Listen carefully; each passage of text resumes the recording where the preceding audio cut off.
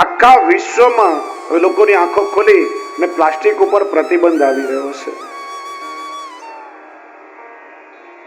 બીજું માટીના પાત્રો, એનું પણ મહત્વ છે. અમેરિકાના સાયન્ટિસ્ટોએ સંશોધન કર્યું છે કે રાંધેલી રસોઈ માટીના પાત્રમાં ભરવાથી જલ્દી ઉતરતી નથી. એટલે જ વિશેષ રૂપે અન્નકૂટ હોય કે કુંવારો હોય, આપણે ત્યાં ઠાકોરજીને માટીના પાત્રમાં ભોગ આવે છે. વિશેષ પ્રમાણમાં સકડી સિદ્ધ કરવાની હોય, રાતભર સકડીની સામગ્રી સિદ્ધ થાય, રાતભોગની સેવા પહોંચ્યા પછી ઠાકોરજીને અન્નકૂટ ભાવે, એ ભોગ આરતી થાય પછી બધા મહાપ્રસાદ લે. નહીં તો રસોઈ તો ઠંડી થાય તો ઉતરવા લાગે ને. સાંજે તમે અન્નકૂટની સકડી લો તો મહાપ્રસાદ એવો ને એમાં બગડે નહીં. તમારામાંથી કોઈ જગન્નાથપુરી ગયા ખ્યાલ હશે, તમે ગૂગલમાં સર્ચ કરો 8 વન્ડર્સ ઓફ જગન્નાથપુરી. ઘણા બધા આશ્ચર્ય ત્યાંના બતાવશે. એક તો ક્યારે જગન્નાથરાયજીના મંદિરની ઉપરથી કોઈ પણ પક્ષી પડી શકે. બીજું, ગમે તેવો તડકો એ મંદિરનો પડછાયો ક્યારે પડતો નથી. ત્રીજું, પવનથી વિરુદ્ધ દિશામાં હંમેશા ધ્વજા ફરકતી રહે છે. ચોથું, જેવો મંદિર પ્રવેશ કરો સમુદ્રનો અવાજ આવતો બંધ થઈ જાય અને મંદિરના દ્વારની બહાર નીકળો તો સમુદ્રનો અવાજ શરૂ થઈ જાય. બીજું આશ્ચર્ય એ છે કે 752 ચૂલા જગન્નાથરાયજીના રસોઈ ઘરમાં છે. અને ભગવાનની તો પુષ્કળ સમૃદ્ધિ છે. ચાહે તો સોનાના પાત્રમાં ભોગ આવે, પણ મંદિરના તાબામાં 450 કુંભારના પરિવાર છે. અને એક પરિવાર આખા વર્ષમાં જેટલા માટીના પાત્ર બનાવે, ભગવાનને એક દિવસમાં ભોગ આવે. દરેક ચૂલા પર 7 પાત્રના થર લાગે. અને આશ્ચર્ય શું કે સૌથી ઉપર રહેલા પાત્રમાં રસોઈ પહેલા પાકે અને ચૂલા પર અગ્નિમાં હોય પાત્રમાં રસોઈ છેલ્લે પાકે. આપણે એક આશ્ચર્ય છે. ભગવાનને માટીના પાત્રમાં ભોગ આવે અને એ શરીરને પ્રસાદી ભંડારમાં થાય. તમે રાજભોગની સકડી સાંજે શયનમાં લો તો સ્વાદ એવો ને એવો, ક્યારેક બગડે નહીં કોઈ દિવસ. અને 8મું વંડર કયું કે આખા દિવસમાં 50 માણસ આવે કે 50,000 માણસ દર્શન કરવા આવે, ક્યારે પણ જગન્નાથરાયજીના પ્રસાદી ભંડારમાં મહાપ્રસાદ ઘટતો પણ નથી અને વધતો પણ નથી. સરભર થઈ જાય. 50 માણસ હોય તોય સાંજે ના વધે, અને 50,000 માણસો પ્રસાદ લે તો વધે નહીં ને ઘટે નહીં. આપણે પ્રભુની કૃપા છે. એટલે માટી. બીજી વસ્તુ, આપણે ત્યાં ઠાકોરજીને આપણે ચાંદીના પાત્રમાં ભોગ ધરીએ છીએ. અમેરિકાના સાયન્ટિસ્ટોએ શોધ્યું છે કે ચાંદી એ સૌથી મોટું એન્ટીબેક્ટેરિયલ છે. કોઈ પણ હિલિંગના મલમ તમે જો સિલ્વર એક્સ જેવા જો તો બધામાં સિલ્વર કન્ટેન્ટ્સ હોય છે. ચાંદીના પાત્રમાં કોઈ બેક્ટેરિયા જલ્દી લાગતા નથી. એટલે આપણે ત્યાં પાત્રનું પણ મહત્વ છે. અને આપણે ત્યાં જૂના સમયમાં કિરણભાઈ ખ્યાલ હશે, પદ્ધતિ હતી કે કોઈ વૈષ્ણવ મનોરથ કરે અને વૈષ્ણવોને બેસાડીને પાતળ દોનામાં મહાપ્રસાદ લેવડાવે, પછી એ પાતળ દોના ઉપાડવાની ઓછવણી બોલાય.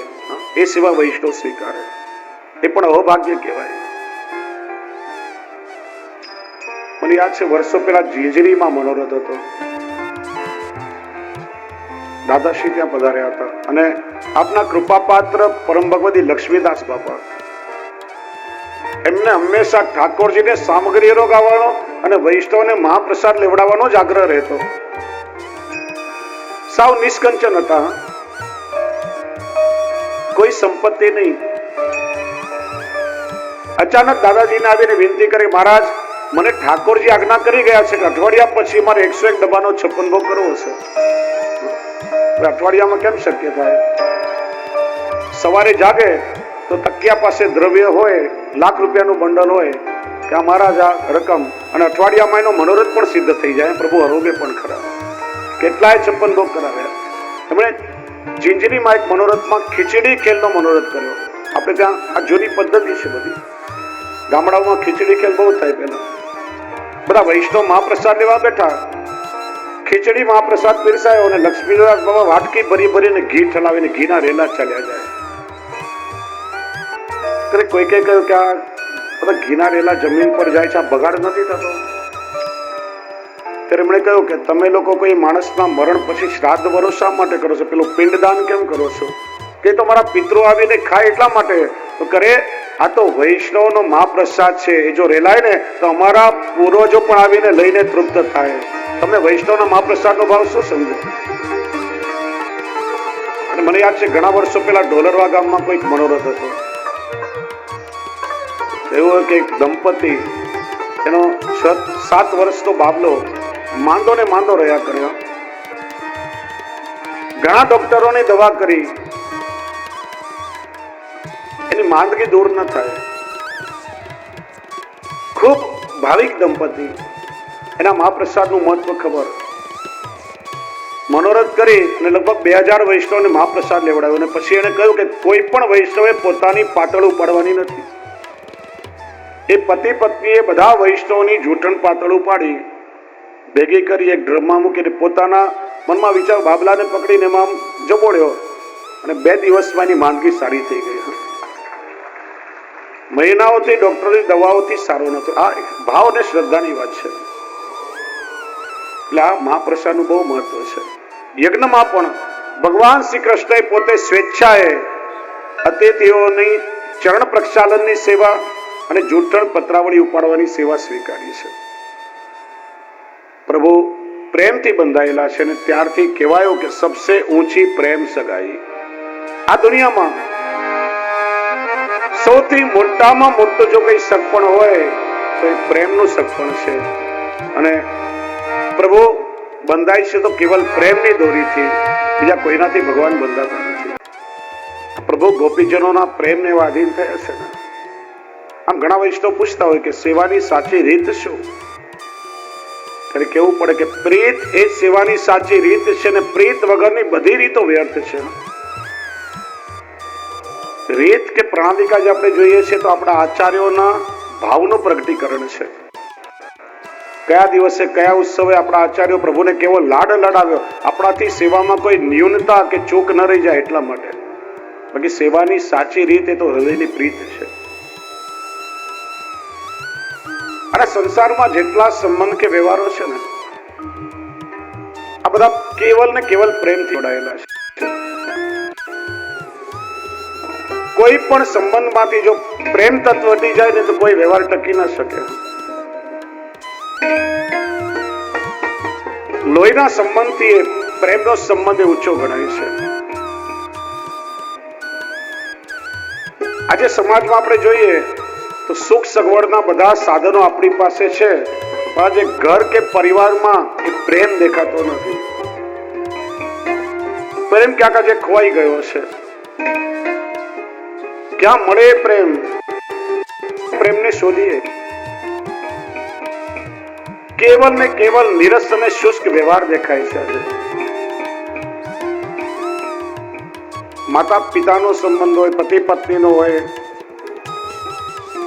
પુત્ર સાથેનો સંબંધ હોય, ભાઈ ભાઈનો વ્યવહાર હોય, મિત્રતાનો વ્યવહાર હોય, કોઈ પણ સંબંધ એમાંથી જો પ્રેમ તત્વ વધી જાય તો પ્રેમ ના ટકી શકે. હું ઘણી વાર એક વાત કહું છું કે એક વૈષ્ણવનો સંસ્કારી પરિવાર સવાર સાંજ આખો પરિવાર સાથે મળીને સેવા કરે, રાત્રે સાથે બેસીને બધા સત્સંગ કરે, વાંચન કરે. સંસ્કારી પરિવાર. ઘરમાં પ્રસંગ આવ્યો, નાના દીકરાના લગ્ન થયા, 16-17 વર્ષની નાની પુત્રવધુ પરણીને ઘરમાં આવી. બહુ આવી એટલે સ્વાગત કર્યું સાસુએ. પહેલી વાર ઘરમાં પગ મૂક્યો. 8-10 હજાર રૂપિયાની એક હીરાની નથ, એક હીરો ચૂક એને ભેટમાં આપી. હવે હીરો પહેરી લીધો. બન્યું એવું કે 2-3 દિવસ થયા, પેલી બાલ સેજ લાપરવાહીથી હીરો ક્યાંક ખોવાઈ ગયો, ચૂક એને મળી નહીં.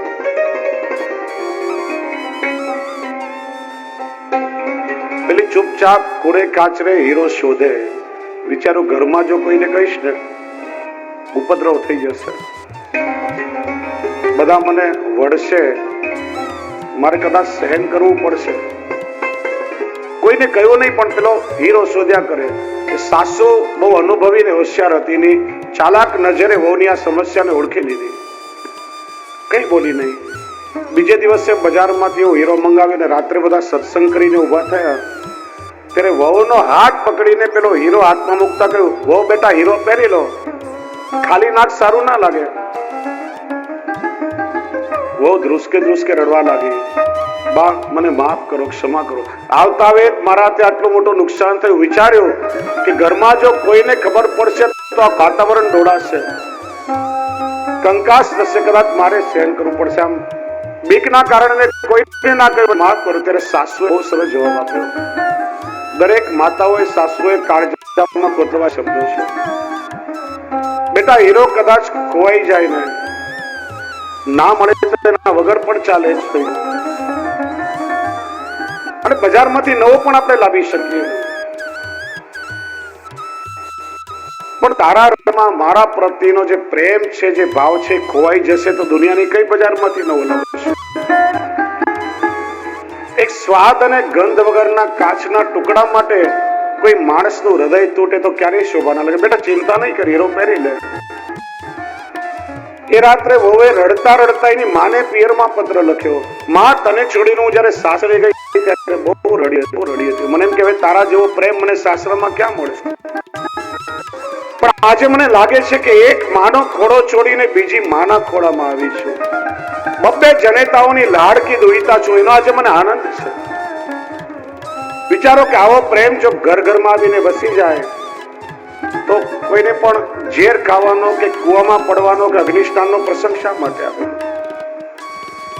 પ્રેમ પારકાને પોતાના બનાવે છે, અને પોતાના હોય ને થોડો પ્રેમ આપો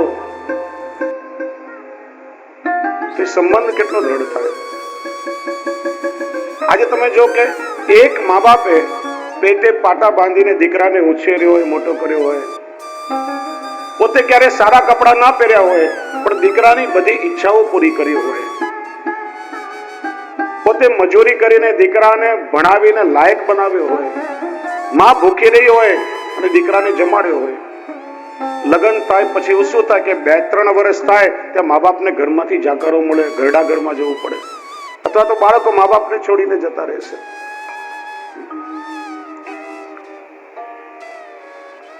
આજનું કારણ શું? પેલી વાત તો એ કે દીકરીને જયારે પરણાવીને સાસરે મોકલવી, દરેક મા બાપ એવા સંસ્કાર આપવા જોઈએ. બેટા, અત્યાર સુધી અમે તને પાળી પોષીને મોટી કરી, પણ હવે તું જે ઘરે જાય છે ને એ તારું કાયમનું ઠેકાણું છે. હવેથી તારા સાસુ સસરા એ તારા મા બાપ છે.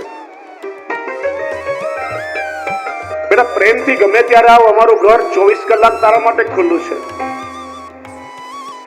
સુખ દુઃખ તો બધાના જીવનમાં હોય, ધૈર્યથી સહન કરજે.